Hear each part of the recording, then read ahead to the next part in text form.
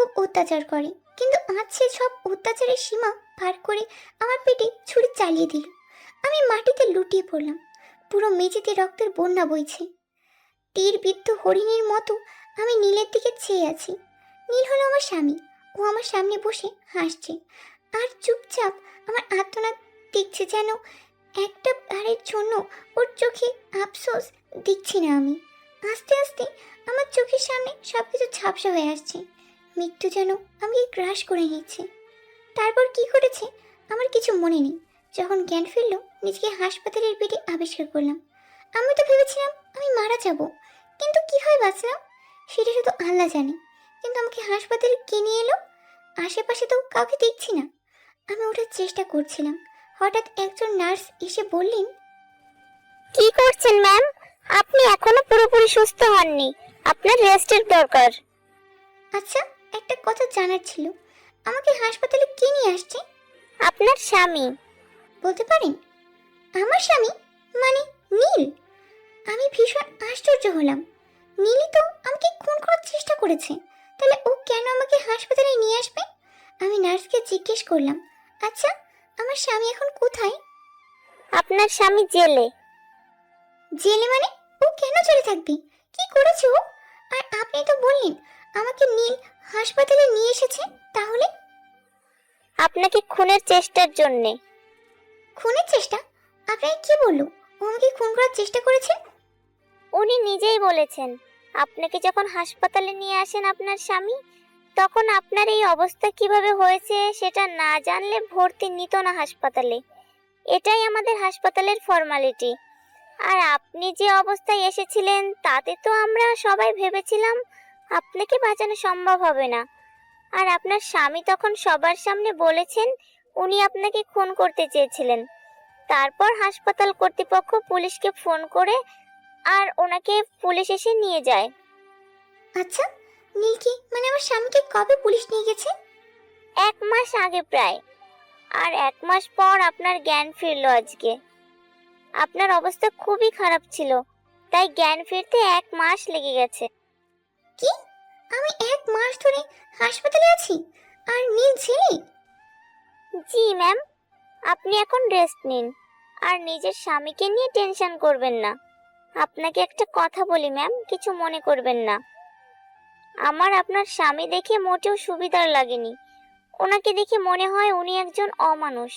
উনি আপনাকে খুনের চেষ্টা করেছিলেন। যে স্বামী নিজের স্ত্রীকে খুনের চেষ্টা করে তাকে অমানুষই বলে। যত তাড়াতাড়ি সম্ভব ডিভোর্সটা দিয়ে দিয়েন, আপনার জন্যই ভালো। নার্সের কথাগুলো আমার বিরক্ত লাগছিল। আমি নীলকে ডিভোর্স দিব না, সে আমাকে খুন করলেও না। আমি কত ঘোরানোর জন্য বললাম, নার্স আমাকে হাসপাতাল থেকে ডিসচার্জ কবে করা হবে? ম্যাম, আপনি এখনো সুস্থ নন। এখন 2-3 সপ্তাহ তো লাগবেই। আপনি এখন রেস্ট নিন, আর একটু পর ডাক্তার এসে আপনাকে ঘুমের ইনজেকশন দিয়ে যাবেন। কথাটা বলেই নার্স চলে গেলেন। কিন্তু তাহলে অনেক দেরি হয়ে যাবে। আর নীল 1 মাস ধরে কিভাবে আছে কে জানে। কিন্তু ও যখন আমাকে খুন করার ইচ্ছাই ছিল, তাহলে আমাকে হাসপাতালে নিয়ে কেন এলো? আর নিজের দোষ কেন স্বীকার করলো? সপ্তাহখানেক পর আমাকে হাসপাতাল থেকে ডিসচার্জ করা হলো। যদিও হাসপাতাল কর্তৃপক্ষ এত তাড়াতাড়ি ডিসচার্জ করতো না, আমি জেদ করেই প্রায় হাসপাতাল থেকে চলে এসেছি। এখন আমার নীলকে জেল থেকে বের করতে হবে। নীল হয়তো জেলে অনেক কষ্টে আছে, আর নীলকে বের না করলে আমিও সত্যিটা জানতে পারবো না। দুপুরে খেয়ে এক উকিলের সাথে কথা বললাম নীলের ব্যাপারে। যেহেতু আমি বেঁচে আছি, তাই পুলিশ স্টেশনে গিয়ে নীলকে ছেড়ে দিতে বললাম। পুলিশ কেসটা বন্ধ করে দিল। 2 দিনের মধ্যে নীলকে পুলিশ ছেড়ে দিল। নীল আজই জেল থেকে ছাড়া পেয়েছে। বাসায় আসার সময় নীল আমার সাথে একটা কথা বলেনি। বাসায় এসে নিজের রুমে গিয়ে নীল দরজা বন্ধ করে দিল। আমিও আর কিছু জিজ্ঞেস করলাম না। আমি বিছানায় শুয়ে আছি, শরীরটা বেশ খারাপ লাগছে। হঠাৎ নীল আমার রুমে এসে আমাকে হিঁচড়ে একটা টান দিল হাতে। আচমকা নীলের ব্যবহারে আমি কিছুটা চমকে উঠলাম। তাড়াহুড়ো করে উঠে বললাম, কি হয়েছে? আমি ঘুমিয়ে পড়েছিলাম একটু। নীল কিছু না বলেই একটা থাপ্পড় লাগিয়ে দিল আমার গালে। আমি হতভম্ব হয়ে গেলাম। আমি তো ভেবেছিলাম ওই ঘটনার পর শুধরে যাবে, কিন্তু আমি নীলকে জিজ্ঞেস করলাম, আমাকে মারলে কেন? তোকে মারবো না তো কি আদর করবো? তুই জানিস না তোকে আমার সহ্য হয় না। আর তুই শাড়ি পরেছিস কেন? এবার বুঝলাম নীল কেন আমাকে থাপড় মারলো। নীল আমাকে কখনো শাড়ি পরতে দেয় না, আর আজ আমি পরে শাড়ি পরে ফেলেছি। কি হলো বল, শাড়ি কেন পরেছিস? আমার পেটের ঘাটা তো এখনো শুকিনি, আর সেলাইটার ওপরে ওষুধ লাগাতে সমস্যা হচ্ছে ক্ষত স্থানে। মরে তো যাচ্ছিস না, তোর কষ্ট আমার কিচ্ছু যায় আসে না। শাড়িটা খোল। কিন্তু কিন্তু আবার কি? তোর কি মনে হয় তুই আমাকে জেল থেকে বের করে এনেছিস এই জন্য আমি তোকে ভালোবাসবো, তোর প্রতি দয়া দেখাবো? কখনোই না। তোর জন্য আমার বাবা মার সম্পত্তি থেকে বঞ্চিত হয়েছি। তোর কারণে আমার বাবা আমাকে বাসা থেকে বের করে দিছে। এখানে আমার দোষ কোথায়? তোমার জন্যও তো আমি বাসা ছেড়েছি। আম্মু আব্বু আমাকে সহ্য করতে পারে না, এমনকি আমার বাবা মায়ের মৃত্যুর সময়ও আমি তাদের দেখতে পাইনি। তুই এখন আমাকে দোষ দিচ্ছিস? সব দোষ তোর। বলে আমাকে প্রচুর মারতে শুরু করলো। আমি ওকে জিজ্ঞেস করলাম, মারারি যখন ছিল তখন বাঁচালে কেন, হাসপাতালে নিয়ে গেলে কেন? রোজ একটু একটু করে মরার থেকে তো ভালো আমি একেবারে মরে যেতাম। কারণ আমি তোকে তিলে তিলে মারবো, বুঝলি? এখন শাড়িটা খোল, যা। কথাটা বলে আমাকে জোরে একটা ধাক্কা দিয়ে চলে গেল। আমার হাত খাটের ধারালো অংশে লেগে রক্ত বের হতে লাগলো, কিন্তু নীল একবারও ফিরে তাকালো না। আমি নিজেকে সামনে নিয়ে শাড়ি খুলে সালোয়ার পরলাম। নীলকে আমি চিনি আমাদের বিয়ের 2 বছর আগে থেকে। ঠিক চিনি বললে ভুল হবে, কারণ আমার সাথে নীলের শুধু একবারই দেখা হয়েছিল। ওর সাথে আমার প্রেম দেখা হয় হাসপাতালে। আমার বাবা একটা অ্যাক্সিডেন্ট হয়েছিল, ওনাকে রক্ত না দিলে বাঁচানো যেত না। আমি কোথাও রক্ত পাচ্ছিলাম না, আমার মা খুব টেনশন করছিলেন। তখন নীল আমার বাবাকে এসে রক্ত দেয়, কিন্তু তখন আমার ওকে এরকম মনে হয়নি। মনে হয়েছিল ও খুব মিশুক টাইপের ছেলে, সবাইকে আপন করে নিতে পারে। কিন্তু এই নীলের সাথে ওর কোনো মিলই নেই। পরিস্থিতি মানুষকে বদলে দেয়, তাই বলে এতটা? আমার ধারণা ছিল যে মানুষকে রক্ত দিয়ে বাঁচাতে পারে সে অবশ্যই একজন ভালো মানুষ। আমার আর নীলের বিয়েটা জোর করে দেওয়া হয়। যেদিন আমাদের বিয়েটা হয়েছিল সেদিন আমি একটা অনুষ্ঠানে গিয়েছিলাম।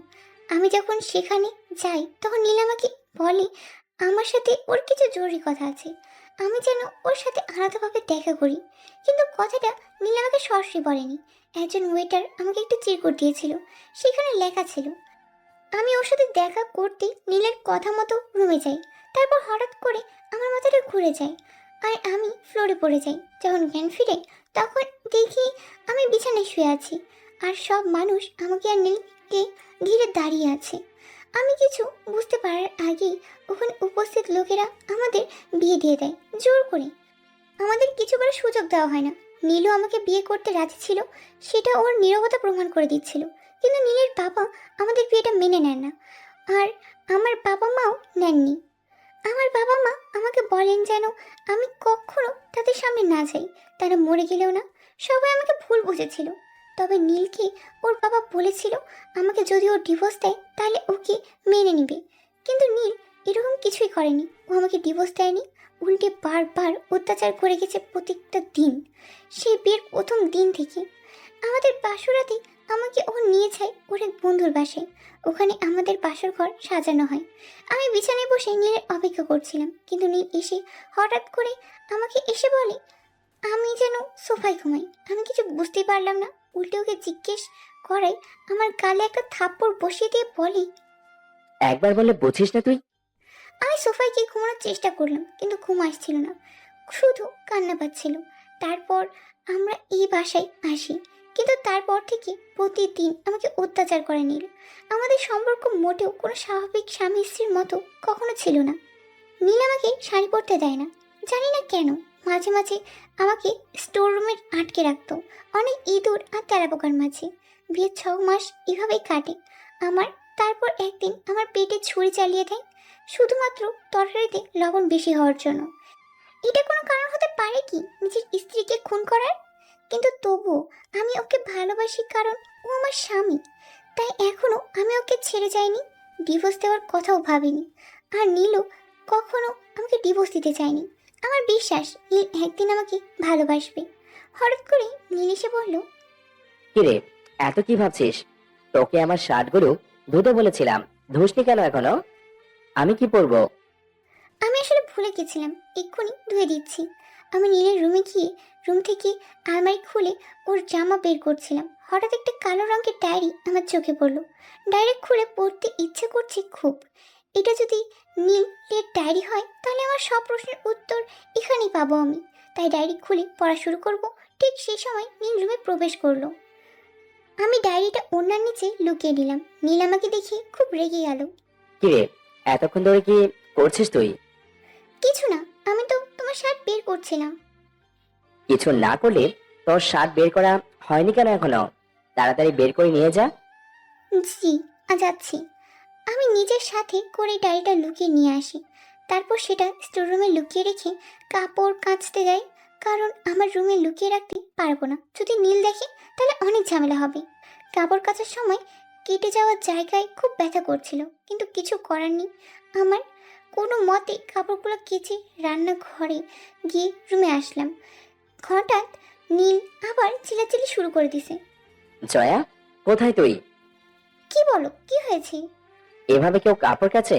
ময়লা তো পরিষ্কারই হয়নি। আসলে আমার খুব টান ধরছিল পেটের কাটা জায়গায়, কাচতে পারছিলাম না, তাই আর কি। তাই জন্য তুই আমার জামা কাপড় ভালো করে কাচিসনি? না নীল, আমি ভালো করে কেচেছিলাম। তুই আমার মুখের উপর কথা বললি কেন? তোর খাওয়া দাওয়া বন্ধ। শুধু খাওয়া দাওয়া বন্ধ করেও থামলো না, আমাকে টানতে টানতে স্টোর রুমে গিয়ে আটকে রাখলো। নীল আমার কথা শোনো। নীল আমার কথা শুনলো না। আমি স্টোর রুমে বসে কাঁদতে লাগলাম। হঠাৎ আমার নীলের ডায়েরির কথা মনে পড়লো। আমি ডায়েরিটা এখানে লুকিয়ে রেখেছিলাম। ডায়েরিটা খুঁজতে শুরু করলাম, আর পেয়েও গেলাম। ডায়েরিটার প্রথম পৃষ্ঠা পড়ে বুঝলাম এটা নীলেরই ডায়েরি। ডায়েরিটা পড়তে শুরু করলাম। আমি নীল, বড়লোক বাবার একমাত্র ছেলে। ছোটবেলা থেকে যা চেয়েছি সব পেয়েছি। ছোটবেলা থেকে বাবা আমার সব আবদার পূরণ করতেন। যখন কলেজে পড়ি তখন আমি ছিলাম কলেজের সব থেকে হ্যান্ডসাম বয়। মেয়েরা আমার সাথে প্রেম করার জন্য পাগল ছিল। আমিও সব সুন্দরী মেয়েদের সাথে প্রেম করতাম। কলেজে কোনো সুন্দরী মেয়ে আসতেই তার সাথে প্রেম করতাম। বাবা মা আমাকে তেমন কিছু বলতো না। তারপর আস্তে আস্তে ভার্সিটিতে উঠি। দেখতে সুন্দর আর বাবার টাকার জন্য কোনো না কোনো মেয়ে প্রেমে পড়েই যায়। আমি যখন অনার্স তৃতীয় বর্ষে পড়তাম তখন আমি প্রথম ইরফানিকে দেখি।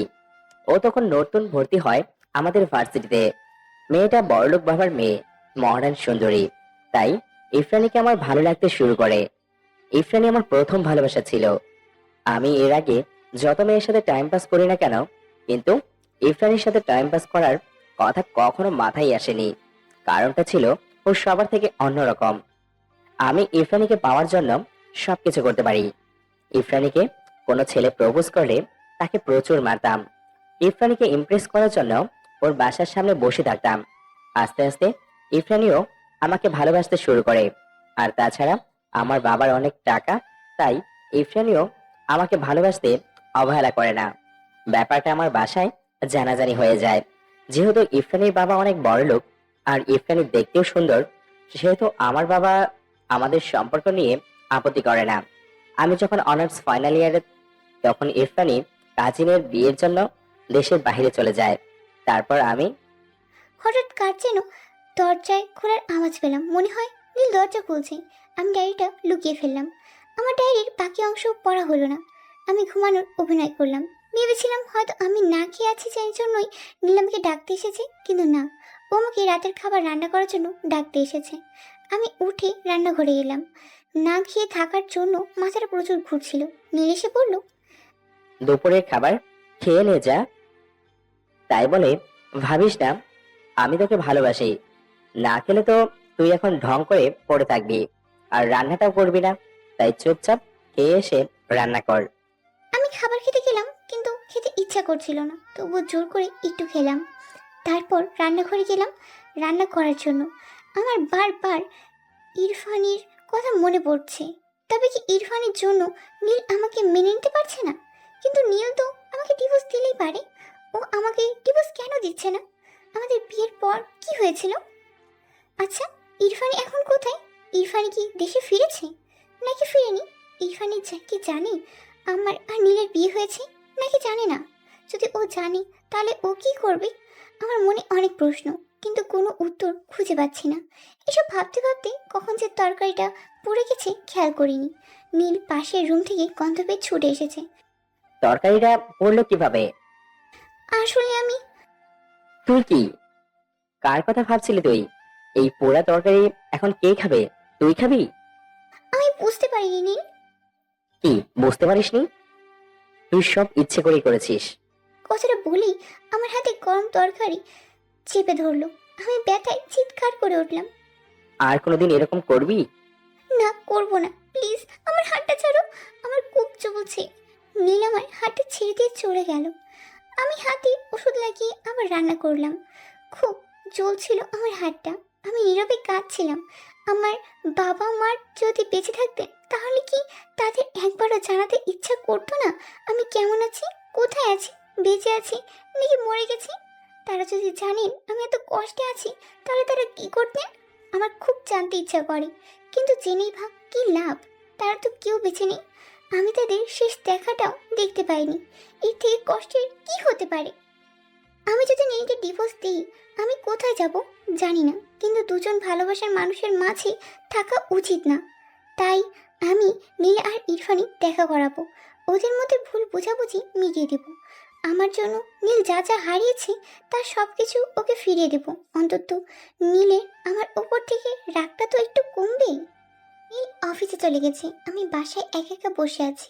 আমার বারবার ইরফানির কথা মনে পড়ছে। নীল তো আমাকে ভালোবাসে না, ইরফানিকে ভালোবাসে। তাহলে আমি কেন ওর সাথে আছি? এই এক কথা আমাকে পাগল করে দিচ্ছে। আচ্ছা, আমি যদি নীলকে হারিয়ে যাওয়ার সব কিছু ফিরিয়ে দিই তাহলে কি ও আমাকে এই যন্ত্রণা থেকে মুক্তি দেবে? তাহলে কি আমাকে ও আর ঘৃণা করবে না? হয়তোবা আমাকে ইরফানকে খুঁজে বের করে নীলের সাথে দেখা করাতে হবে। কিন্তু কোথায় খুঁজবো ওকে? নীলের ভার্সিটি থেকে কিছু জানা যেতে পারে। আমি আমার সিদ্ধান্ত অনুযায়ী ইরফানকে খুঁজতে শুরু করলাম। এদিকে আমি ইরফানিকে কখনো দেখিনি। আমি কিভাবে চিনবো ইরফানিকে? আমাকে আগে ইরফানের ছবি জোগাড় করতে হবে। কিন্তু ছবি কোথায় পাবো? তারপরে মনে হলো ভার্সিটিতেই তো পাওয়া যাবে ইরফানের ছবি আর ঠিকানা।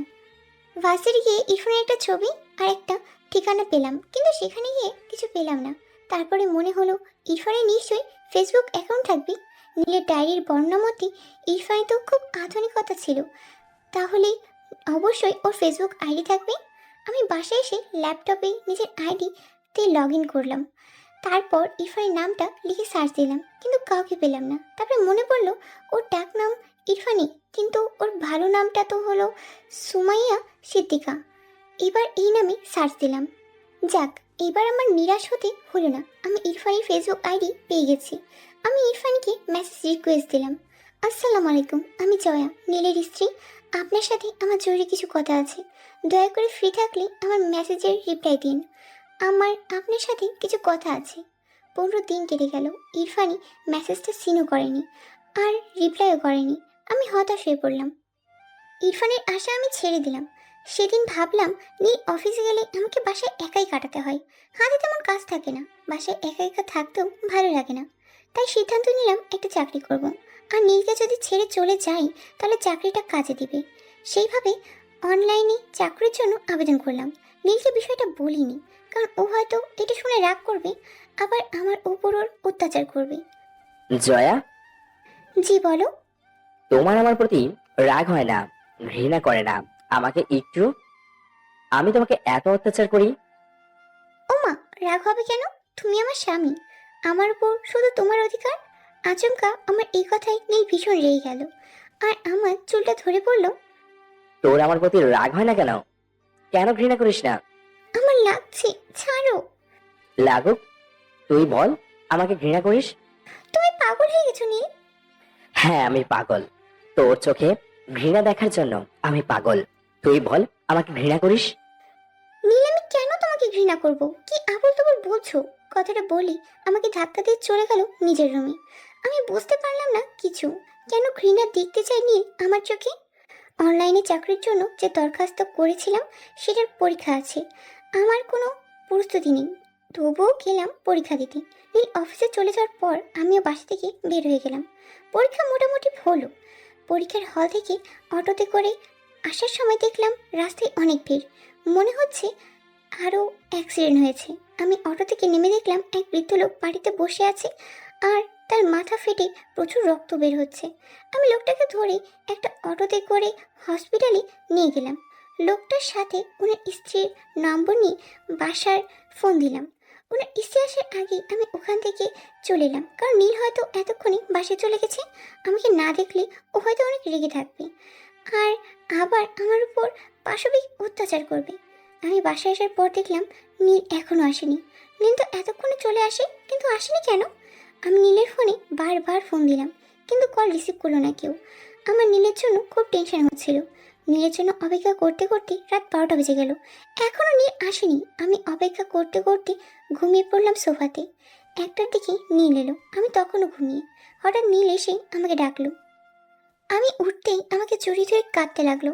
আমি ওর এই ব্যবহারে অনেক বেশি অবাক হলাম। এই কি সত্যি নীল নাকি স্বপ্ন দেখছি আমি? দুজনের মধ্যে এক নীরবতা। নীলের কান্না দেখে আমিও কেঁদে ফেললাম। আমি বুঝতে পারছিলাম না আমার কি করা উচিত। একটু পর নীল নিজেকে সামলে পড়ল। ধন্যবাদ। আজ তুমি না থাকলে। আমি না থাকলে কি বলো? না, কিছু না। খেয়েছো? তুমি না খেলে আমি কখনো খেয়েছি যে আজ খাবো? এত রাত হয়ে গেছে, তবুও খাওনি কেন? চলো খেয়ে নেই। এই যেন আমি এক নতুন নীলকে দেখছি। ও আসলে কি নীল নাকি অন্য কেউ? আমি নিজের চোখে বিশ্বাস করতে পারছি না। আল্লাহ আমার কথা শুনেছেন, তার রহমতে নীল বদলে গেছে। আমি খুশিতে কেঁদে ফেললাম। নীল আর আমার সাথে খারাপ ব্যবহার করে না, অনেক বেশি কেয়ার করে। নীল অফিস থেকে আসার সময় আমার জন্য একটা গিফট এনেছে। আমি খুলে দেখলাম একটা শাড়ি।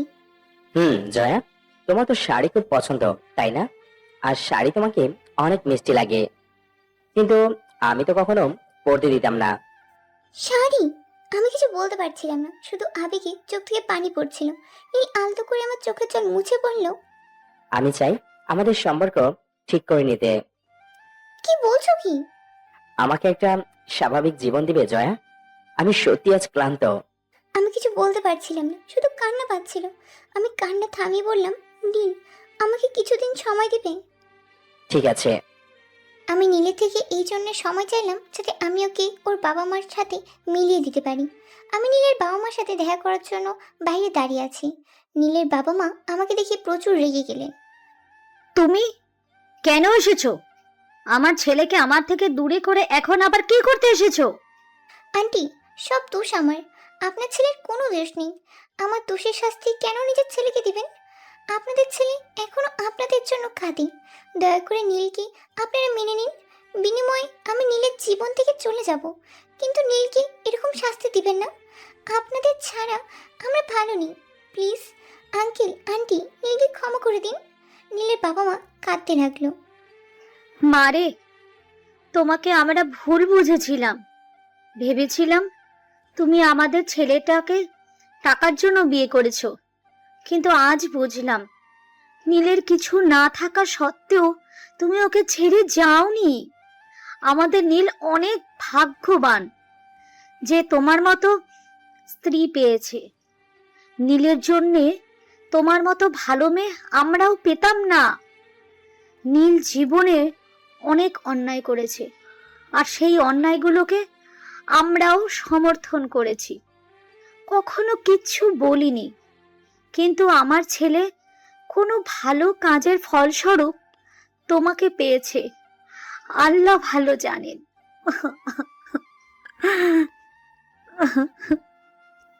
আঙ্কেল আন্টি, এভাবে বলবেন না। নীল আমার স্বামী, আর স্বামীর যে কোনো অবস্থায় সাথে থাকা স্ত্রীর কর্তব্য। আমাদের আঙ্কেল আন্টি কেন বলছো? বাবা মা বলো। মা বাবা, আপনারা চলুন আমার সাথে নীলের কাছে। না মা, কেন বাবা? আজ আমরা যেতে পারবো না। সামনের মাসের 10 তারিখে ওর জন্মদিন, সেদিন যাব। ঠিক আছে। আমি ওখান থেকে চলে এলাম। নীলার বাবা মার আচরণ কিছুটা অবাক লাগলো আমার। ছেলের সাথে দেখা করতে এত সময় কেন চাইলো? বাসায় আসতেই তো একটা অপরিচিত নাম্বার থেকে আমার ফোনে কল এলো। আমি কল রিসিভ করতেই একটা মেয়ে বলল, তুমি কি জয়া? জি, আপনি কে বলছেন? নীলের স্ত্রী। জি, আপনি কি? ইরফানি। ইরফানি? হ্যাঁ ইরফানি, নীলের ইরফানি। তুমি তো আমাকে ফেসবুকে নক করেছিলে, আমি সেটা 1 সপ্তাহ আগে দেখলাম। তারপর তোমাকে অনেক মেসেজ করেছি কিন্তু কোনো রিপ্লাই পাইনি। অনেক কষ্টে তোমার নাম্বার জোগাড় করেছি। আমি তোমার সাথে দেখা করতে চাই। আমার তোমাকে কিছু বলার আছে। কি বলবেন আমাকে? সেটা না হয় দেখা হলেই বলবো। কিন্তু আমি কেন আপনার সাথে দেখা করব? এছাড়া তোমার কাছে কোনো উপায় নেই, কারণ নীল শুধু আমাকে ভালোবাসে। তাই লক্ষ্মী মেয়ের মতো যে ঠিকানা টেক্সট করছি, কাল নীল অফিসে চলে গেলে এসো। আপনি কি করে জানেন নীল আমাকে ভালোবাসে না? যদি নীল তোমাকে ভালোবাসতো তাহলে তুমি আমাকে নক দিতে না। আমি তোমাকে ঠিকানাটা টেক্সট করছি, চলে এসো। ঈশ্বরী কেন আমার সাথে দেখা করতে চায়? কি চাই ও? নীল আমাকে ভালোবাসতে শুরু করেছে, আর এই সময় ইরফানি? হে আল্লাহ, আপনি আমাকে আবার কোন নতুন পরীক্ষায় ফেলেছেন। যদি ইরফানি নীলের জীবনে ফেরত আসতে চায় তাহলে আমি কি করব? আমি সারা রাত ঘুমাতে পারলাম না। নীলকে হারানোর ভয় হচ্ছে আমার খুব। সকালে নীল অফিসে যাওয়ার পর আমিও ইরফানের ঠিক পাঠানো ঠিকানায় গেলাম। আমি কফি শপের ভিতরে গেলাম। অনেকক্ষণ অপেক্ষা করার পর দেখলাম ইরফানি এলো। দেখতে খুব একটা ফর্সা নয়, চুলগুলো ছোট্ট করে কাটা, জিন্স আর টপস পরা। ওকে চিনতে আমার দেরি হলো না, কারণ ওর ছবি দেখেছিলাম আর নীলের ডায়েরির বর্ণনা অনুযায়ী বুঝলাম ওই ইরফানি। জয়া, রাইট? নীল হঠাৎ তোমার মতো পর্দাশীল খ্যাতমের মধ্যে কি দেখলো বুঝলাম না। সারাদিন এসব বোরকা হেজাব পরো নাকি? চেহারা খারাপ সেটা বোরকার নিচে লুকিয়ে রাখো। নীলের পছন্দ দেখছি আজকাল বদলে গেছে। না জানি নীল কিভাবে তোমার সাথে থাকে। এক্সকিউজ মি আপু, কারো পোশাক নিয়ে কথা বলার অধিকার কারো নেই। মীরা কোন ভোগপণ্য নয় যে সবাইকে দেখিয়ে বেড়াতে হবে। আর আপনি যদি মনে করেন আমি অশিক্ষিত তাহলে ভুল ভাবছেন। আমি ঢাকা বিশ্ববিদ্যালয় থেকে বাংলায় মাস্টার্স করছি। আর এমনও হতে পারে আমার চেহারা দেখে আপনার পায়ের তলার মাটি সরে গেল। ইরফানি আমার কথায় তাচ্ছিল্যের একটা হাসি দিল। বাই দ্য ওয়ে, যে জন্য তোমাকে ডেকেছি। কেন ডেকেছেন? নীলের জীবন থেকে সরে যাও। নীল শুধু আমাকে ভালোবাসে। আমি নীলের জীবন থেকে সরে যাব না, আমি ওর স্ত্রী। স্ত্রী? কিসের স্ত্রী? আমি ওর ভালোবাসা। আপনি ওর ভালোবাসা ছিলেন, এখন নেই। নীল শুধু আমাকে ভালোবাসে। আমার কথা শুনে ইরফানি হাসতে শুরু করলো। তারপর নিজের ফোন থেকে নীলকে কল দিল। হ্যালো ইফরা, বেবি, তুমি জানো তো আমি কত ব্যস্ত থাকি। এত ফোন দাও কেন? বাবু, আমি তোমাকে ছাড়া থাকতে পারি না। আমাকে কবে বিয়ে করবে? করব করব, এত তাড়া কিসের তোমার? তোমাকে ছাড়া ভালো লাগে না। Okay baby, bye. যা দুষ্টু, বাই। দেখলে তো, ও এখনো আমাকেই ভালোবাসে। আমি বিশ্বাস করি না। সেটা তোমার ব্যাপার, কিন্তু আমি তো নীলকে আমার করে ছাড়বো। কথাটা বলে ইরফানি চলে গেল। নীল কি সত্যি এখনো ইরফানিকেই ভালোবাসে? তাহলে আমার সাথে কেন এত ভালো ব্যবহার করছে? কেন আমাদের সম্পর্ক ঠিক করার কথা বলছে? তবে কি সবটাই মিথ্যা? আমাকে নীল ঠকাচ্ছে না তো? কিছুই বুঝে উঠতে পারছি না।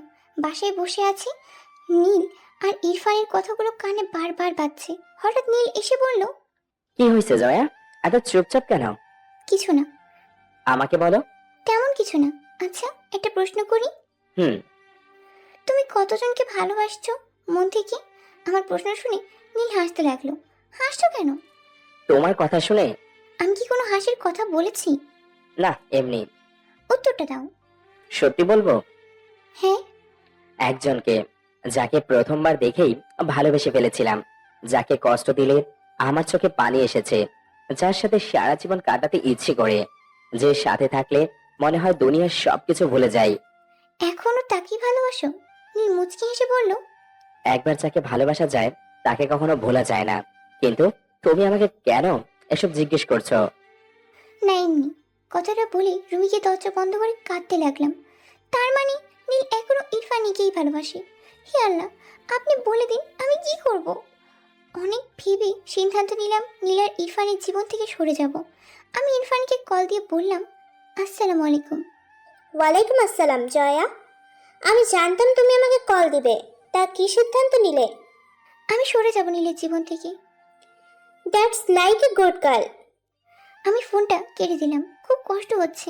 এতটা কষ্ট তখনও হয়নি যখন নীল আমার পেটে ছুরি মেরেছিল। নীল অফিসে গেলে আমি নিজের ব্যাগ গুছিয়ে নিলাম। স্টোর রুমে আমার কিছু জিনিস রয়ে গেছে, সেখানে জিনিসগুলো নিতে গিয়ে হঠাৎ নীলের ডায়েরিটা চোখে পড়লো।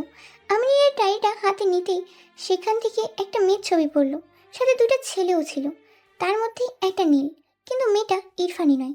সেদিন তো আমি ছবিটা খেয়াল করিনি, ভাবতেই মনে পড়লো আমার তো পুরো ডায়েরিটাই পড়া হয়নি।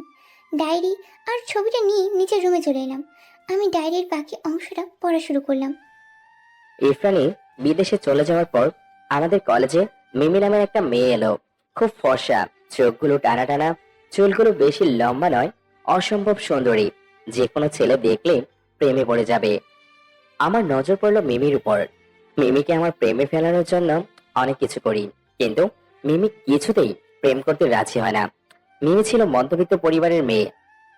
প্রতিদিন মিমির বাসার সামনে দাঁড়িয়ে থাকতাম। ওকে কোনো ছেলে কিছু বললে তাকে প্রচুর মারতাম, মিমিকে বিভিন্ন নোট দিতাম। আস্তে আস্তে মিমিও আমার প্রেমে পড়ে গেল। মিমি আর আমার প্রেম ভালো চলছিল। মিমির সাথে আমার শারীরিক সম্পর্ক গড়ে তুলি। এর মধ্যে ইরফানি বিদেশ থেকে ফিরে আসে।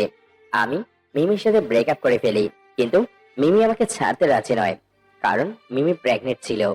ওকে অনেক বোঝালাম, কিন্তু ও বুঝতেই চাইছিল না। এদিকে ইরফানি যদি জানে আমার আর মিমির সম্পর্কের কথা, তাহলে আমি ফেঁসে যাব। ইরফানি আমাকে বিয়ে করবে না। তাই মিমিকে বললাম বাচ্চাটা নষ্ট করতে, কিন্তু সে কিছুতেই বাচ্চাটা নষ্ট করবে না। কি করব বুঝতে পারছিলাম না। হঠাৎ করে মনে হলো ফয়সালের কথা। ফয়সাল ছিল আমার বেস্ট ফ্রেন্ড, সেই ছোট্টকাল থেকেই। ও মেডিকেলের স্টুডেন্ট। ভাবলাম ওর থেকে পরামর্শ নিব। ফয়সালকে আমি মিমির কথা বললাম, কিন্তু ও শুনে বলল ও মিমির সাথে দেখা করবে, তারপর আমরা সবাই বসে একটা সিদ্ধান্তে যাব। কিন্তু আমি জানতাম না মিমির জন্য ফয়সাল এতটা বদলে যাবে। আমার বেস্ট ফ্রেন্ড হওয়ার সত্ত্বেও ও মিমিকে সাপোর্ট করতে লাগলো। ফয়সালও আমার বিরুদ্ধে চলে গেল। তখন আমার মাথায় একটা প্ল্যান এলো।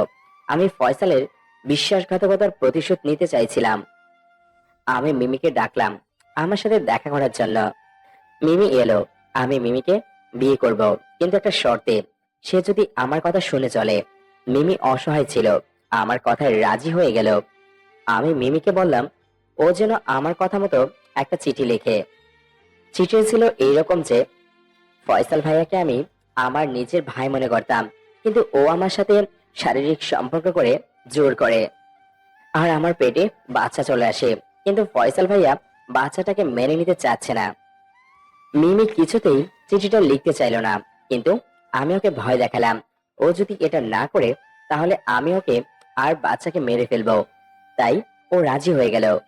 পরের দিন মিমির বাসায় লুকিয়ে ঢুকে ওকে ঘুমের মধ্যে ফ্যানের সাথে ঝুলিয়ে দেই, আর চিঠিটা মিমির টেবিলে রেখে চলে আসি। আর ফয়সাল মিমির আত্মহত্যার জন্য ফেঁসে যায়। ফয়সালের বিশ্বাসঘাতকতার এটাই শাস্তি ছিল। ও কিভাবে আমার বন্ধুত্ব বাদ দিয়ে ওই মেয়ের কথায় আমার বিরুদ্ধে যায়। তারপর ফয়সালকে ওর বাবা মা বাসা থেকে বের করে দেয়, আর পুলিশ ওকে ধরে নিয়ে যায়। তারপর ফয়সাল আর আমার কখনো দেখা হয়নি। ডায়েরির বাকি অংশ পড়ে আমি কেঁদে ফেললাম। নীল এতটা খারাপ ছিল? ছি! মিমি মেয়েটা তো নির্দোষ ছিল, আর ফয়সাল, সেও নির্দোষ ছিল। নিজের বেস্ট ফ্রেন্ডকে এভাবে যে ফাঁসাতে পারে, সে অমানুষেরও কিচ্ছু না। নীলকে আমি ঘৃণা করতে শুরু করলাম। নীলের মুখ দেখতেও আমার এখন ঘৃণা হচ্ছে। নীল যে এত খারাপ সেটা কি ইরফানি জানে? হয়তো বা জানে না, জানলে এরকম একটা অমানুষকে ভালোবাসতো না। আমি সিদ্ধান্ত নিলাম ইরানিকে সব সত্যিটা বলবো। আমি একটা মেয়ে হয়ে অন্য মেয়ের জীবন নষ্ট করতে পারি না। আমি ইরফানিকে কল করে আবার আমার সাথে দেখা করতে বললাম। কেন ডেকেছো আমাকে জয়া? নিজের সিদ্ধান্ত কি বদলে ফেলছো? সিদ্ধান্ত বদলালে কিন্তু আমার থেকে খারাপ কেউ হবে না। দেখুন, আমি আমার সিদ্ধান্ত বদলাইনি, আর আমি নীলের ব্যাপারে কিছু বলতে চাই, সেই জন্য ডেকেছি। কি বলবে? নীল আসলে একজন অমানুষ। ও মিমি নামের একটা মেয়েকে খুন করেছে। প্রথমে ওর সাথে শারীরিক সম্পর্ক করে, তারপর মিমি যখন প্রেগনেন্ট হয়ে যায় তখন মিমিকে খুন করে। নীল ওর বেস্ট ফ্রেন্ড ফয়সালকে ফাঁসিয়ে দেয়। আমার এসব কথা শোনার পর ইরফানির কোনো আক্ষেপ দেখছি না। কিছুক্ষণ পর ইরফানি বলল, তোমার কি মনে হয় আমি নীলের ব্যাপারে জানি না? আমি সব জানি, মিমির সাথে কি হয়েছে আর না হয়েছে। আপনি জানেন? তাহলে নীলকে এসব করা থেকে আটকাননি কেন? নীলকে আমি ভালোবাসি। নীল জেলে যাবে সেটা আমি কিভাবে হতে দিতাম? আর মিমির কথা বলছো? ও তো একজন দুশ্চরিত্রা ছিল, আর ওর এটাই হওয়া উচিত ছিল। আর ফয়সাল, সে কেন নীলের সাথে বিশ্বাসঘাতকতা করলো? ওদের সাথে যা হয়েছে সব ঠিক হয়েছে। কি বলছেন এসব আপনি? একটা মেয়ে হয়ে একটা মেয়ের নামে এসব বলতে আপনার বিবেকে বাজছে না? না, বাচ্ছে না। আর এসব হাই ক্লাস ব্যাপার স্যাপার তোমার মতো আনকালচার খ্যাত মেয়ে এসব বুঝবে না। আর তুমি কি ভাবছো এসব বলে তুমি নীলের প্রতি ঘৃণা করাবে? পারবে না। চুপচাপ নীলের জীবন থেকে সরে যাও, আমাকে জ্ঞান দিতে হবে না। হ্যাঁ, চলে যাব। নীলামকে খুনের চেষ্টা করেছিল, আমি তারপরেও ভেবেছিলাম আমি ওর সাথে থাকবো, কারণ আমার মনে হয়েছিল নীলের ভিতরে একটা ভালো মানুষ আছে। হয়তোবা আমার উপর রাগ করে আমার পেটে ছুরি চালিয়েছিল, কিন্তু না, ও একটা অমানুষ। ও অমানুষ হোক বা মানুষ, সেটা নিয়ে তোমাকে ভাবতে হবে না। আমার নীলকে ছেড়ে শুধু চলে যাও। আমি নীলকে ছেড়ে চলে আসার সিদ্ধান্ত নিয়ে নিলাম। তার আগে নীলের উদ্দেশ্যে একটা চিঠি লিখলাম। নীল, আমি তোমাকে একজন ভালো মানুষ ভাবতাম। তুমি আমার পিঠে ছুরি চালিয়ে দেওয়ার পরেও আমি তোমাকে ভালোবেসেছি। কখনো তোমাকে ছেড়ে যাওয়ার কল্পনাও করিনি। তুমি চেয়েছিলে আমি তোমার সাথে সব ঠিক করিনি, আমি সেটাও মেনে নিয়েছিলাম। পরে জানলাম ইরফানি তোমার জীবনে ফিরে আসতে চাই। ইরফানি আমাকে হুমকি দেওয়ার পরেও আমি তোমাকে ছাড়তে চাইনি, কিন্তু আজ আমি চলে যাব। কেন জানো? কারণ তোমার সত্যিটা আমার সামনে চলে এসেছে। তুমি অনেক মেয়ের জীবন নষ্ট করেছো, এমনকি খুন, তারপর নিজের নির্দোষ বন্ধুকে ফাঁসানো। তুমি হয়তো চিঠিটা পড়ে ভাববে আমি এসব কীভাবে জানলাম। আমি লুকিয়ে তোমার ডায়েরি পড়েছি। তুমি আমার চোখে ঘৃণা দেখতে চেয়েছিলে না, আজ তোমার সেই স্বপ্ন পূরণ হয়েছে। হ্যাঁ, ঘৃণা করি আমি তোমাকে, আই হেট ইউ নীল। আর আজ আমি তোমাকে ছেড়ে চলে যাব, আর এটাই হবে তোমার জন্মদিনের সবচেয়ে বড় গিফট। ইরফানের সাথে ভালো থেকো, এটি জয়া। চিঠিটা আমার টেবিলের উপর রেখে বাসা থেকে বের হয়ে এলাম। আমি জানি না আমি কোথায় যাব এখন, কারণ আমার আপন বলতে কেউ নেই। আব্বু আম্মুর কাছেও যেতে পারবো না, কারণ তারা বেঁচে নেই। আমার মনে পড়লো আমার বান্ধবী মীরার কথা। মীরাকে সব খুলে বললাম, ও আমাকে ওর বাসায় থাকতে জায়গা দিল। কিন্তু কতদিন আর এভাবে থাকা যায়? তাই আমি চাকরি খুঁজতে লাগলাম। এর মধ্যে নীল আমাকে অনেকবার কল করেছে, কিন্তু আমি কখনো কল রিসিভ করিনি। নিজের ফোন বন্ধ করে রাখলাম। এর মধ্যে একটা চাকরিও জোগাড় করে ফেললাম। এবার একটা বাসা খোঁজার পালা। আমি সেদিন অফিস থেকে ফিরছিলাম, হঠাৎ ওই বৃদ্ধ লোকটার সাথে আমার দেখা হলো, যাকে আমি হাসপাতালে নিয়ে গিয়েছিলাম। আঙ্কেল, আপনি এখন কেমন আছেন? আল্লাহর রহমতে ভালো আছি। সেদিন যদি তুমি না থাকতে। কি যে বলেন না আঙ্কেল, আমি কিছুই করিনি, সবই আল্লাহর ইচ্ছা। তা মা, কোথায় যাচ্ছ? অফিস থেকে ফিরছি আঙ্কেল। ওহ, তোমার স্বামী কেমন আছে মা? সেদিন তো স্বামীর জন্য চলে গিয়েছিলে। জানি না, মানে? আমি ওকে ছেড়ে চলে এসেছি আঙ্কেল, অমানুষ ছিল একটা। মা, আমি বুঝতে পারিনি। এখন কোথায় থাকো? বান্ধবীর বাসায়। আমাদের বাসায় চলো আজকে। তোমার আন্টি তোমাকে দেখতে চেয়েছিল। তোমাকে দেখলে খুব খুশি হবে। আমি আঙ্কেলের সাথে আঙ্কেলদের বাসায় গেলাম। বাসাটা অনেক বড় আর অনেক সুন্দর। আমি আঙ্কেলকে বললাম, আঙ্কেল, আমার বাসাটা খুব সুন্দর। সবই তোমার আন্টির জন্য। আন্টি আমাকে দেখে আঙ্কেলকে জিজ্ঞেস করলো, এই মেয়েটা কে? আরে, তোমাকে বলেছিলাম না সেদিন অ্যাক্সিডেন্টের পর এই মেয়েই তো আমাকে বাঁচিয়েছিল। ও, তুমি সে? নাম কি তোমার মা? জি আন্টি, জয়া। বাহ, মিষ্টি নাম। বসো, আমি তোমার জন্য নাস্তার ব্যবস্থা করি। না আন্টি, দরকার নেই। অবশ্যই আছে, তুমি প্রথমবার এসছো আমাদের বাসায়। আন্টি রান্না করে চলে গেলেন। আমি ড্রয়িং রুমে বসে আছি। আমি আঙ্কেলকে প্রশ্ন করলাম, আচ্ছা আঙ্কেল, আপনাদের বাসায় কি শুধু আপনারা দুজন থাকেন? হ্যাঁ মা, আমরা দুজনে থাকি। তোমার আন্টি আর আমি ছাড়া কেউ নেই। আপনাদের ছেলেমেয়েরা? নেই। ঠিক বুঝলাম না। একটা ছেলে ছিল, কিন্তু সে আমাদের কাছে মৃত। আমি আর আঙ্কেলকে এই বিষয়ে কোনো প্রশ্ন করলাম না। এর মধ্যে আন্টি চলে এলেন নাস্তা নিয়ে। আমি বললাম, আন্টি, এত কিছুর কি দরকার ছিল? দরকার ছিল মা। হঠাৎ আন্টি আমাকে প্রশ্ন করলো, মা, তোমার স্বামী কি করে? আঙ্কেল আন্টিকে বললেন, আহ, কি করছো? এসব কথা বাদ দাও তো। না আঙ্কেল, আসলে আন্টি, আমি আমার স্বামীকে ছেড়ে চলে এসেছি। কেন মা? অমানুষ ছিল একটা একটা মেয়ের জীবন নষ্ট করেছে, একটা মেয়েকে খুন করেছে, তার সাথে কিভাবে থাকতাম? ভালো করেছো মা, তোমাকে দেখেই বোঝা যায় তুমি অনেক ভালো। তোমার সাথে কথা বলে খুব ভালো লেগেছে। এখন কোথায় থাকছো? বান্ধবীর বাসায়। তবে এখন যখন চাকরি করছি তখন নিজের জন্য আলাদা বাসা দেখব। কতদিন আর বান্ধবীর বাসায় থাকবো? আমাদের বাসায় থাকতে পারো। না আঙ্কেল, ধন্যবাদ, আপনাদের উপর আর বোঝা হতে চাই না। বোঝা কেন হবে মা, তুমি থাকলে আমাদেরও ভালো লাগবে। কিন্তু কোনো কিন্তু না, তুমি আমাদের মেয়ের মতো, তাই আজ থেকে তুমি এখানেই থাকবে। ঠিক আছে আঙ্কেল, আমি যেন একটা নতুন জীবন পেলাম, নতুন করে বেঁচে থাকার মানে পেলাম। এভাবে ভালোই কাটছিল আমার দিন। আঙ্কেল আন্টি আমাকে আপন করে নিয়েছিল, যেন আমি ওনাদের নিজের মেয়ে। আমি নতুন করে বাবা মা পেলাম। হঠাৎ একদিন একটা অপরিচিত নাম্বার থেকে কল এলো। আমি রিসিভ করতেই সে বলল, তুমি কি জয়া? জি, আপনি কি? আমি নীলের মা বলছি। আপনি? হ্যাঁ, তোমাকে কিছু জানানোর আছে।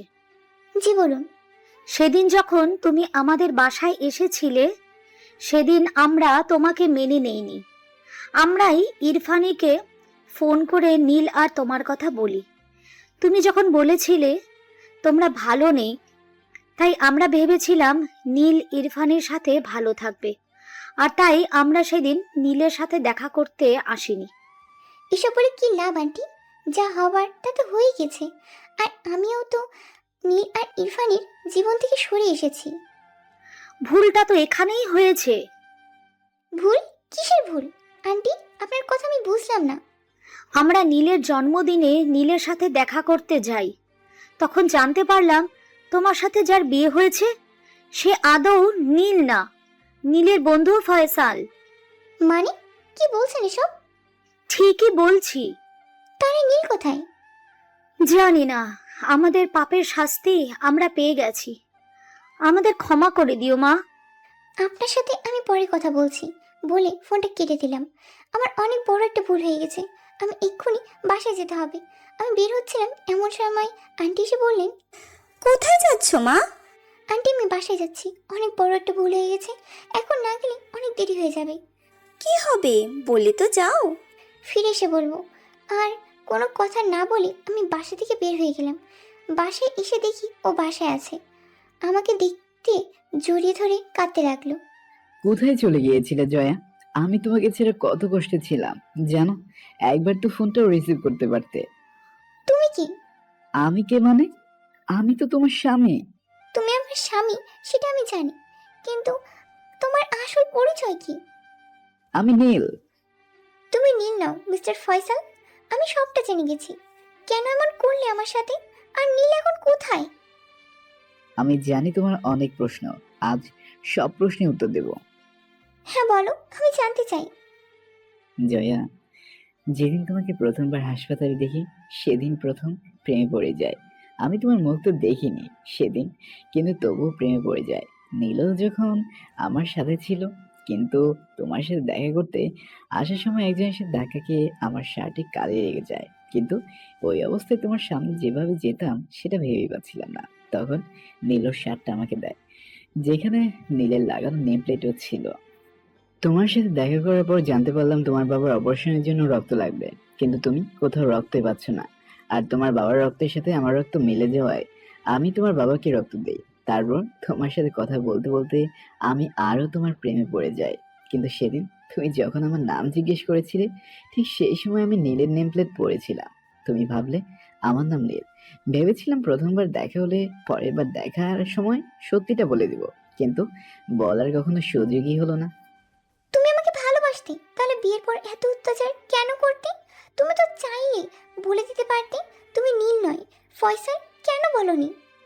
তারপর জীবন কেমন যেন এলোমেলো হয়ে গেল। নীল আমাকে মেমের সাথে ফাঁসিয়ে দিল, আর সবাই আমাকে অবিশ্বাস করলো। এমনকি আমার বাবা মাও, তারা আমাকে ঘৃণা করতে শুরু করলো। তাদের কাছে আমি বেঁচে থেকেও মৃত। তারপর আমাকে পুলিশে নিয়ে যায়। 6 মাস জেল খাটার পর আমার এক মামা আমার জামিন করায়, কিন্তু আমি আমার বাবা মার সামনে যেতে পারছিলাম না। এর থেকে বড় কষ্ট কি আর হবে? তার মানে নীলের সম্পর্কে আমি যা যা পড়েছি ডায়েরিতে সব সত্যি? হ্যাঁ, সত্যি। কিন্তু ডায়েরিটা তুমি কোথায় পেলে? নীলের বাসা থেকে চুরি করে নিয়ে এসেছিলাম কি? কিন্তু কেন? নিজেকে নির্দোষ প্রমাণ করার জন্য। আর নীল যে মিমির খুনি, মিমি আত্মহত্যা করেনি সেটা প্রমাণ করতে। কিন্তু সেই ডায়েরির কথায় কেউ বিশ্বাসই করলো না। সবাই ভাবলো আমি দোষী। তারপর ঠিক করলাম আমি নীলের সাথে দেখা করব, ওকে সত্যিটা স্বীকার করাবো। তারপর? তারপর আমি নীলের সাথে দেখা করতে ওই অনুষ্ঠানে যাই যেখানে তুমিও ছিলে। সেদিন আমাদের মধ্যে অনেক হাতাহাতি হয় আর আমি নিজেকে বাঁচাতে নীলকে খুন করে ফেলে। ঠিক সেই সময় রুমে তুমি আসো আর হঠাৎ করে অজ্ঞান হয়ে যাও। কিন্তু সেদিন আমি তো তোমার সাথে আর কাউকে দেখিনি। কারণ আমি নীলের লাশের খাটের তলায় লুকিয়েছিলাম। আমি তোমাকে দেখে ভয় পেয়ে যাই। তোমাকে অজ্ঞান অবস্থায় কোলে করে আমি বিছানায় নিয়ে গিয়ে শুয়ে দেই, কিন্তু দরজাটা কে যেন বন্ধ করে দেয় বাহির থেকে। আর সবাই ভুল বুঝে আমার আর তোমার বিয়ে দিয়ে দেয়। যেহেতু আমি তোমাকে আগে থেকে পছন্দ করতাম, তাই বিয়েতে আপত্তিও করিনি। আমাকে ভালো যদি বাসতে, আমার থেকে সত্যি কেন লুকিয়ে আমার চোখে নীল হয়ে থাকলে? কারণ হঠাৎ করে আমার মনে পড়ে তোমার মাধ্যমে আমি সবার চোখে নীলের প্রতি ঘৃণা তৈরি করতে পারবো। আর নীল যে অপরাধী সেটাও সবার সামনে আসবে। আমি আমার প্ল্যান অনুযায়ী সেদিন তোমাকে নিয়ে নীলের বাসায় যাই। তারপর অন্য কাউকে বলি নীল তোমাকে বিয়ে করেছে, কিন্তু আপনাদের সামনে আসছে না। আঙ্কেল আন্টিকে আমি নীলের ব্যাপারে রাগিয়ে দিই আর ওনারা তোমাকে মেনে নিতে পারে না, তাই তোমাকে আর আমাকে বের করে দেয়। আর আমাকে বলে আমি যেন নীলকে বলে দিই নীল যেন কখনো তাদের সামনে না আসে। আর আমি আমার প্রথম প্ল্যানিং এ সফল হই। সব বুঝলাম, কিন্তু তুমি এটা কেন বলছো না? আমার উপর কেন অত্যাচার করতে? নীলের জন্য। মানে? তুমি সারাদিন নীল নীল করতে, যেটা আমার সহ্য হতো না। আমি তোমার চোখে নীল নামটার প্রতি ঘৃণা দেখতে পাচ্ছিলাম আর এটা চেয়েছিলাম। সেজন্য সেদিন রাগে তোমার পেটে ছুরি চালিয়ে দেই, নিজের রাগকে নিয়ন্ত্রণ করতে না পেরে। তারপরে তুমি নীলকে ভালোবাসো আর আমি তোমাকে শাড়ি পরতে দিতাম না, কারণ তোমাকে শাড়ি পরলে একদম আমার মায়ের মতো লাগে। তখন আমি তোমাকে অত্যাচার করতে পারতাম না। কিন্তু আমি তো নীল নামটাকে না, আমার স্বামীকে ভালোবাসতাম। তুমি নীল প্রতি আমার চোখে ঘৃণা দেখতে চেয়েছিলে, কিন্তু তুমি এটা একবারও ভাবোনি আমার কাছে নীল মানে তুমি। আমায় ক্ষমা করে দিও জয়া, আমি তোমার স্বামী হওয়ার যোগ্য নই। কে বলেছে তুমিই আমার স্বামী? কিন্তু একটা কথা বলো, ডায়েরিতে যে মেয়েটার সাথে তুমি আর নীল ছিলে, ও কি? ওই মিমি অনেক ভালো মেয়ে ছিল, সবাই আপন করে নিতে পারতো, একদম তোমার মতো। আমি তোমার আলমারি থেকে নীলের ডায়েরিটা পাই। প্রথমবার আমি নীলের ডায়েরিটি পুরোটা পড়িনি। যখন পুরো ঘটনা জানতে পারি, আমি নীলকে ঘৃণা করতে থাকি আর তোমাকে ছেড়ে চলে যাই। তুমি আমাকে ছেড়ে চলে যাওয়ার পর আমার খুব কষ্ট হচ্ছিল। যখন আমি তোমার লেখা চিঠিটা পাই তখন মনে হচ্ছিল নিজেকে শেষ করে দেই। আমাকে ক্ষমা করে দিও।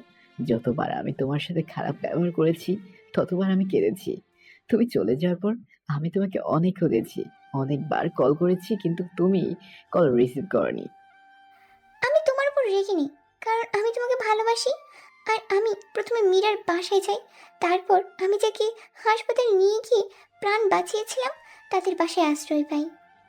তুমি সেদিন যাকে হাসপাতালে নিয়ে গিয়েছিলে তুমি জানো নি কে? কি?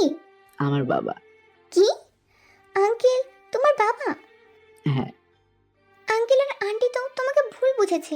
আমাদের ওনাদের কাছে যাওয়া উচিত আর সত্যিটা জানানো উচিত। ঠিক এই সময় ইরফানি রুমে চলে এলো। ইরফানি, তুমি? আশা করনি নিশ্চয় আমি এখানে আসব, অবশ্য না করারই কথা। আপনি এখানে কেন এসেছেন? প্রতিশোধ নিতে। কিসের প্রতিশোধ? আমার নীলের মৃত্যুর। আমি সব শুনেছি তোমাদের কথা। দেখো, ইরফানি নীল অপরাধী ছিল আর ওর মতো মানুষের বেঁচে থাকার কোনো অধিকার নেই। ফয়সাল, তোমার থেকে আমি এসব শুনবো না। তুমি আমার নীলকে মেরে ফেলছো, তোমাকে আমি খুন করে ফেলবো। না না, তোমাকে না, তোমার বউ, তোমার ভালোবাসার জয়াকে খুন করব। তোমাকেও তো বোঝাই ভালোবাসা ছাড়া বাঁচতে কেমন লাগে। না, তুমি এটা করবে না। তোমার আমার জয়াকে কিছু করবে না। ইরফানি কোনো কথা না শুনে একটা ছুরি বের করে আমাকে মারতে এলো। ঠিক এই সময় ফয়সাল ইরফানির মাথায় একটা বাড়ি ফুলদানি দিয়ে আঘাত করলো। সঙ্গে সঙ্গে ও ফ্লোরে পড়ে গেল। আমি ফয়সালকে কি জড়িয়ে ধরে কাঁদতে লাগলাম। ফয়সাল আমাকে বলল, ইরফানিকে নিয়ে হাসপাতালে যেতে হবে। আমরা ইরফানিকে নিয়ে হাসপাতালে গেলাম। আঙ্কেল আর আন্টিকে সত্যিটা জানানোর পর ওনারা খুব খুশি হলেন। ওনারা কখনো ভাবতেই পারেননি আমি ওনাদের ছেলে ফয়সালের বউ, কিন্তু ওনারা চান আমার আর ফয়সালের আবার বিয়ে দিতে। আজ আমাদের গায়ে হলুদ। হঠাৎ ফয়সালের ফোনে একটা কল এলো। ফয়সাল আমাকে এসে বলল, জয়া হাসপাতাল থেকে কল করেছিল, ইরফানিকে কেউ খুন করেছে। কি বলছো কি? কে করবে এমনটা? জানি না, আমি একবার হাসপাতালে যাব। না না, তোমার যাওয়ার দরকার নেই। আমি তোমাকে নতুন করে আর কোনো ঝামেলায় জড়াতে দিব না। আর কাল আমাদের বিয়ে। জয়া কিচ্ছু হবে না আমার, তুমি শুধু টেনশন করো না। আর তাছাড়া আমি যেহেতু ইরফানিকে আঘাত করেছিলাম, তাই আমাকে পুলিশ দেখা করতে বলেছে। আমিও যাবো তোমার সাথে। না, তুমি কি করবে? আমি তাড়াতাড়ি চলে আসবো। ফয়সাল হাসপাতালে চলে গেল। আমার খুব ভয় লাগছে, না জানি ওর কি বিপদ হয়। রাত 11টা বেজে গেছে, ফয়সাল এখনো আসছে না। আমার খুব টেনশন হচ্ছে। অনেকবার কল করেছি কিন্তু ফোন ধরছে না। কিছুক্ষণ পর ফয়সাল আমাকে ফোন দিয়ে বলল, হ্যালো জয়া। তুমি ঠিক আছো তো? কিছু হয়নি তো তোমার? আর ফোন রিসিভ করছিলে না কেন? জয়া আমি ঠিক আছি, কিন্তু কিন্তু কি? ইরফান কি বেঁচে আছে? না, তাহলে? ইরফানের লাশের পাশে নীলের লাশ। কি কি বলছো সব? তুমি তো বলেছিলে নীলমা। হ্যাঁ, কিন্তু নীলের লাশ এখানে কিভাবে? আর ওর মৃত্যুর তো 1 বছর হয়ে গেছে, কিন্তু এই লাশটা দেখে মনে হচ্ছে কয়েক ঘন্টা আগে মারা গেছে। আর হাসপাতাল কর্তৃপক্ষের সামনে খুন 2টা হয়েছে। কিন্তু এসব কিভাবে সম্ভব? কে করেছে খুন? ওরা দুইজনকে খুন করেছে। কি? কিভাবে সম্ভব? জানি না। সে যাই হোক, তুমি ফিরে এসো। আমার টেনশন হচ্ছিল। আবার ফোনও রিসিভ করছিলে না। ফয়সাল যা বলল সেটা আমি কিছুতেই বিশ্বাস করতে পারছিলাম না। নীল কিভাবে? কিন্তু সবার সামনে বিশ্বাস করার অভিনয় করলাম। কেউ তো আর সত্যিটা জানে না। আমি একবার নীলের বাবা মা সাথেও দেখা করতে যাব ফয়সাল। কেন জয়া? ওনাদের সাথে কথা বললে ওনাদের একটু ভালো লাগতো। ঠিক আছে, যাও। আমি নীলের বাবা মার সাথে দেখা করতে এলাম। খুব ভেঙে পড়েছে নীলের মৃত্যুতে। একমাত্র ছেলেকে হারালে কষ্ট পাওয়ারই কথা। মিমির বাবা মাও মনে হয় এতটা কষ্ট পেয়েছিল। আজ আমাদের বিয়ে। ফয়সালকে বেশ চিন্তিত লাগছে। চিন্তার কারণ নিশ্চয়ই নীল। আমি ফয়সালকে অনেকবার বুঝিয়েছি, যা হয় ভালোর জন্যই হয়, তবুও টেনশন করছে। এদিকে আমি নতুন বউ সেজে বসে আছি, ওর কাছেও যেতে পারছি না। বিয়ের কার্যক্রম শেষ, আমি বাসর ঘরে বসে আছি। ফয়সাল রুমে প্রবেশ করলো, কিন্তু ওকে খুবই চিন্তিত দেখাচ্ছে। তুমি টেনশন কেন করছো? আমাদের প্ল্যানটা ছিল নীলকে আর ওদের পরিবারকে শুধু কষ্ট দেয়া, মেরে ফেলা নয়। কিন্তু নীল আর ইরফানি তো মারা গেল, এখন কি হবে? কিছু হবে না। তোমার অভিনয়টা খুব ভালো ছিল, কারোর সন্দেহ হয়নি তোমার উপর। অভিনয়টা তো করতেই হতো। ওই নীল আমার বোন মিমি আর ওর বাচ্চাকে মেরে ফেলেছে। শুধু তাই না, ওর কারণে আমার বাবা মা মারা গিয়েছে। আমার বাবা খুব ভালো মানুষ ছিলেন। মিমি আপুর আত্মহত্যা সহ্য করতে না পেরে তিনিও আত্মহত্যা করে বসেন। কিন্তু উনি সত্যি জানতে পারলেন না মিমি আপু নির্দোষ ছিল। আমার পরিবারের সবাইকে অনেক অপমান সহ্য করতে হয়েছে। সবাই আমার আপুর চরিত্র নিয়ে কথা বলেছে। সবাই শুধু আমাদের ঘৃণা করেছে। আমিও সেই ঘৃণা দেখতে চেয়েছিলাম নীলের পরিবারের প্রতি, সবার। আর তুমি নীল সেজে যা যা করছো তাতে আমার ইচ্ছে পূরণ হয়েছে। বাবার মৃত্যুর কিছুদিন পর আমার মাও মারা যায়। তারপর একদিন মিমি আপুর একটা ডায়েরি পড়ে আমি সত্যিটা জানতে পারি। আমি প্রথমে ভেবেছিলাম তুমি দোষী, কিন্তু পরে সত্যিটা জানতে পারি। তারপর তোমার জামিন করাই, তোমাকে আমার প্ল্যানিংয়ে সামিল করি। আমার সেদিন নীলকে খুন করিনি, ওকে কিডন্যাপ করি। তারপর ওকে আমাদের স্টোর রুমে বেঁধে রাখি। আর তারপর আমি তোমাকে বিয়ে করি, আর আমরা এমন অভিনয় করি যাতে মনে হয় আমি নীল। নীলের বাসায় গিয়ে ওর বাবা মাকে ওর ব্যাপারে রাগিয়ে দেওয়া। নীলের ওর ডায়েরি, ওইটা তো আসলে নীলের লেখা ছিলই না, ওইটা তো আমাদের লেখা ছিল। আর তোমার সাথে খারাপ ব্যবহার, তোমাকে খুনের চেষ্টা, এসব সব আমাদের নাটক ছিল। এসব আমরা এই জন্যই করেছি কারণ নীলকে ইরফানের সামনে নীলকে খারাপ প্রমাণ করার জন্য, যাতে ইরফানি নীলকে ভুল বোঝে। হ্যাঁ, এই জন্যই আমিও ইরফানের সাথে ইচ্ছে করে দেখা করি আর নীলের বাবা মার সামনেও গিয়ে নাটক করি। কারণ আমি জানতাম আমি যতই নীলের ভালো স্ত্রী হই না কেন, ওনারা ইরফানিকে নীলের বউ মানবে। কারণ ওনাদের কাছে টাকাই সব। আর বোকা ইরফানই আমাকে ওর আর নীলের আগের ভয়েস রেকর্ড শুনিয়েছে। ও তো আর জানতো না নীল আমাদের কাছে বন্দি। ঠিক তারপর তুমি বাসা থেকে চলে যাওয়ার নাটক করলে। ইরফানিও ভাবলো নীল তোমাকে ভালোবাসে না, তুমি নীলের জীবন থেকে সরে গেছো। আর ঠিক তারপরে ইরফানি যখন নীল মানে আমার সাথে দেখা করতে আসছিল, তখন আমি তোমাকে ফোন করে বাসায় আসতে বলি। আর ইরফানিকে দরজার বাইরে দেখে একটা মিথ্যে গল্প বানাই দেই যে আমি নীলকে খুন করেছি। ইরফানি আমার উপর রেগে গিয়ে তোমাকে মারার চেষ্টা করে, কিন্তু ও জানতো না যে এসব আমাদের সাজানো, সব আমাদের প্ল্যান। কিন্তু নীলকেও ভুলই বুঝলোই না, উল্টো আমাদের মারার চেষ্টা করলো। আর ঠিক সে সময় নীল আমাদের এখান থেকে পালায় আর ইরফানের সাথে দেখা করতে হাসপাতালে যায়। ইরফানিকে কিডন্যাপ করার জন্য ও একটা বন্দুক নিয়ে হাসপাতালে যায়, কিন্তু ইরফানি ভাবতে থাকে নীল তো মারা গেছে, তাহলে এটা কে? এটা নিশ্চয়ই আমাদের নতুন কোনো প্ল্যান। আর নীলের হাতে বন্দুক থাকায় ও ভাবে নীল ওকে মারতে এসেছে, তাই ও ভয় পেয়ে পেটে ছুরি চালিয়ে দেয়। কিন্তু নীলের হাতে একটা বন্দুক ছিল, আর মৃত্যুর পূর্বে ও ইরফানিকে গুলি করে দেয়। আর সব শেষ হয়ে যায়। কিন্তু কিছু করার নেই, ওদের ভাগ্য এটাই ছিল। হয়তোবা, কিন্তু এটা তো ভালো হয়েছে, আমাদের কেউ সন্দেহ করেনি। আর সবার দৃষ্টির বাহিরে তুমি আমার তোমার প্রতিশোধটাও নিতে পেরেছ। আমি না ফয়সাল, সবার দৃষ্টির বাইরে আমি ছিলাম না, ও ছিল। আর এই প্রতিশোধ শুধু আমার একার ছিল না, ওরও ছিল। ও মানে কে? মিমি আপু। কি? মিমি কোথা থেকে আসবে? মিমি তো মারা গেছে। আপু মারা যায়নি। মানে? দরজায় হঠাৎ কেউ একজন নক করলো, মনে হয় ও এসেছে। আমি কি দরজাটা খুলে দিলাম। হ্যাঁ, ওই এসেছে। ফয়সাল মিমি আপুকে দেখে চমকে গেল। মিমি, তুমি তুমি বেঁচে আছো? এটা কিভাবে সম্ভব? হ্যাঁ, বেঁচে আছি আমি। আজ যে আমি বেঁচে আছি সেটা শুধু জয়ার কারণে। জয়ার কারণে? কিন্তু জয়া তো আমাকে কিছুই বলেনি। আমি নিষেধ করেছিলাম বলতে। আর তুমি এতদিন কোথায় ছিলে? একটা অনাথ আশ্রমে ছিলাম আমি। সেদিন কি হয়েছিল মিমি? সেদিন যখন আমাকে দিয়ে নীল চিঠি লেখায় তোমার নামে, আমি সেদিন আন্দাজ করতে পেরেছিলাম নীল তোমাকে খুন করবে, কিন্তু বুঝেও কোনো লাভ ছিল না। ঘুমন্ত অবস্থায় ফ্যানের সাথে ঝুলিয়ে দেয়। তখন জয়া আমার রুমে আমার সাথে ছিল, ও শুধু বাথরুমে গিয়েছিল। তখন নীল আসে আর আমাকে ফ্যানের সাথে ঝুলিয়ে দিয়ে ওখান থেকে পালায়। জয়া অনেক কষ্টে আমাকে বাঁচিয়ে হাসপাতালে নিয়ে যায়, কিন্তু ও মা বাবাকে কিছু জানায় না। যেহেতু আমরা সেদিন ভার্সিটির হলে ছিলাম, তাই ভার্সিটির ছুটি ছিল বলে প্রায় সবাই বাসায় চলে গিয়েছিল। আমরাও যেতাম, জয়া আমাকে নেওয়ার জন্যই এসেছিল। কিন্তু নীল আমাদের জীবনটা ধ্বংস করে দিল, আমাদের অনাথ করে দিল, আমাদের বাবা মাকেও কেড়ে নিল। আমি আপুকে তো বাঁচিয়ে নিই, কিন্তু আমার বাচ্চাটা মারা যায়। আপু আর আমি ঠিক করি আমাদের সাথে হওয়া অন্যায় প্রতিশোধ নিব আমরা। তাই আপু সবার আড়ে থাকে, আর আমি তোমার সাথে মিলে নীলকে শাস্তি দিই।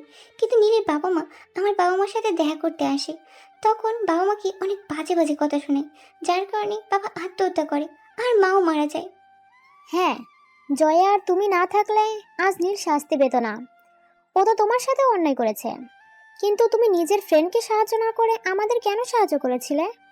কারণ আমি অন্যায়কারীদের সাথে থাকি না, সে যেই হোক না কেন। আর একটা কারণ হলো জয়া। জয়া? হ্যাঁ, আমি ওকে প্রথম দিন থেকে ভালোবাসতাম। আর আমি এটাও জানতাম জয়া তোমার বোন। তোমার বাবাকে রক্ত দেওয়ার সময় আমি সব তথ্য নেই জয়ার আর তোমার ফ্যামিলির ব্যাপারে। আর যখন নীল তোমার সাথে এসে অন্যায় করে আমাকে ফাঁসিয়ে দেয়, আমি নীলের পক্ষ না নিয়ে তোমাদের সাপোর্ট করি। আমি আন্দাজ করেছিলাম তুমি জয়াকে ভালোবাসো, তাই জয়াকে তোমাকে বিয়ে করতে বলি। আজ তোমাদের বিয়ে হয়েছে শুনে এজন্য আমি অনেক খুশি। আমার বোনকে তোমার থেকে ভালো কেউ রাখতে পারবে না। আমি আসি, ভালো থেকো তোমরা। ওর মতো মানুষের বেঁচে থাকার অধিকার এমনিতেও নেই। কোথায় যাবে তুমি আপু? অনাথ আশ্রমে, আমার ইচ্ছে পূরণ করতে। আমি অনাথ আশ্রমের বাচ্চাদের মায়ের মতো ভালোবাসবো। নিজের সন্তানকে বাঁচাতে পারিনি তো কি হয়েছে, ওদের মধ্যে নিজের সন্তানকে খুঁজে বাকি জীবনটা কাটিয়ে দিব। না আপু, তোমাকে আমি যেতে দিব না। এতদিন পর তোমার সাথে দেখা হলো, তুমি এভাবে যেতে পারো না। ফয়সাল, ওকে সামলাও, আমি আসছি। আমার দেরি হয়ে যাচ্ছে। মিমি আপু চলে গেল। আমি ফয়সালের কাঁধে মাথা রেখে কাঁদতে লাগলাম। এই কান্নাটার মানে ছিল একদিকে নিজের বোন চলে যাওয়ার কষ্ট, অন্যদিকে আমাদের নতুন জীবন শুরু করার আনন্দ।